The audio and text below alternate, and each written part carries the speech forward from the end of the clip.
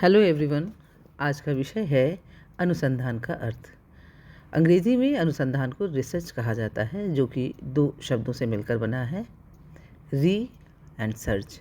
री का अर्थ है बार बार और सर्च का अर्थ है खोजना। अतः अंग्रेजी के इस शब्द रिसर्च के अनुसार शोध की प्रक्रिया वह है जो शोधकर्ता किसी तथ्य को बार बार देखता है, जिससे उसके संबंध में प्रदत्तों को एकत्रित करता है तथा उनके विश्लेषण के आधार पर उनके संबंध में निष्कर्ष निकालता है। शोध कार्यों के द्वारा चरों वेरिएबल्स का सहसंबंध का विश्लेषण किया जाता है। यह सहसंबंध दो प्रकार का होता है। प्रयोगात्मक शोध कार्यों द्वारा कारण प्रभाव सहसंबंध ज्ञात किया जाता है। यह संबंध विशिष्ट परिस्थितियों पर निर्भर होता है। प्रत्येक शोध के चरों का सहसंबंध विशिष्ट अवधारणाओं पर आधारित होता है। विकासात्मक शोध कार्यों में चरों की प्रभावशीलता का अध्ययन किया जाता है। ऐतिहासिक शोध कार्यों में नवीन तथ्यों की खोज की जाती है। अब नज़र डालते हैं अनुसंधान की परिभाषाओं पर। जॉर्ज मुले ने अनुसंधान की परिभाषा में वैज्ञानिक विधि के प्रयोग को महत्व दिया और कहा कि शैक्षिक समस्याओं के समाधान के लिए व्यवस्थित रूप से बौद्धिक ढंग से वैज्ञानिक विधि के प्रयोग तथा अर्थापन को अनुसंधान कहते हैं।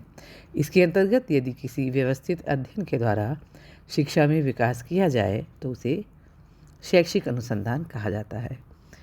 रेडमैन एवं मोरे के अनुसार नवीन ज्ञान की प्राप्ति के लिए व्यवस्थित प्रयास ही अनुसंधान है। पीएम कुक के अनुसार अनुसंधान किसी समस्या के प्रति ईमानदारी एवं व्यापक रूप से समझदारी के साथ की गई खोज है, जिसमें तथ्यों, सिद्धांतों तथा अर्थों की जानकारी की जाती है। अनुसंधान की उपलब्धि तथा निष्कर्ष प्रामाणिक तथा पुष्टि योग्य होते हैं, जिससे ज्ञान में वृद्धि होती है। जॉन डब्ल्यू बेस्ट के अनुसार अनुसंधान अधिक औपचारिक, व्यवस्थित तथा गहन प्रक्रिया है, जिसमें वैज्ञानिक विधि विश्लेषण को प्रयुक्त किया जाता है। अनुसंधान में व्यवस्थित स्वरूप को सम्मिलित किया जाता है, जिसके फलस्वरूप निष्कर्ष निकाले जाते हैं और उनका औपचारिक आलेख तैयार किया जाता है। इस प्रकार हमें पता चलता है कि अनुसंधान की प्रक्रिया में नवीन ज्ञान की वृद्धि एवं विकास होता है।